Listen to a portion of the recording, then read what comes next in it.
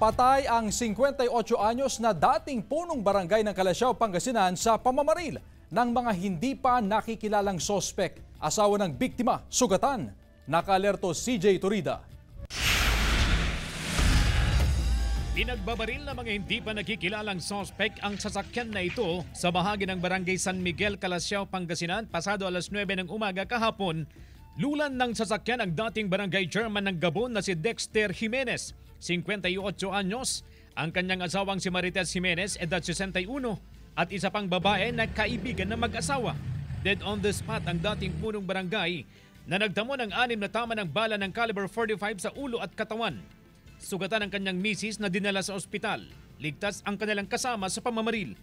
Ayon sa pulisya, lulan ng kotse ang mga sospek na tumakas matapos ang krimen. Sa paunang investigasyon ng pulisya, walang kinalaman sa politika ang krimen. Ang nakikita natin kasi anggulo dito kasi parang may utang sa previous na utang siya na involve ang pera. Bumuhos ang pakikiramay ng mga kaanak, kaibigan at kakilala sa biktima na nakaburol ngayon sa kanilang bahay sa Barangay Gabon. Nakausap ng GMA Regional TV ang ilang miyembro ng pamilya pero tumanggi silang magbigay ng pahayag.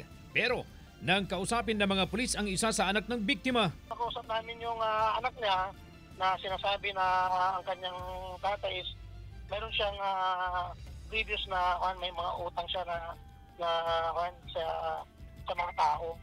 Sinabi rin daw ng misis ng biktima sa mga pulis na wala silang kaalitan. Patuloy ang backtracking ng mga otoridad sa mga CCTV footage.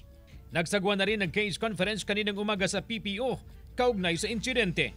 Na-identified na rin natin ang sasakyan and tuloy-tuloy pa rin natin yung pagkuha ng mga informations. Kasama si Jing Dakanay, CJ Torida, One North, Central Luzon.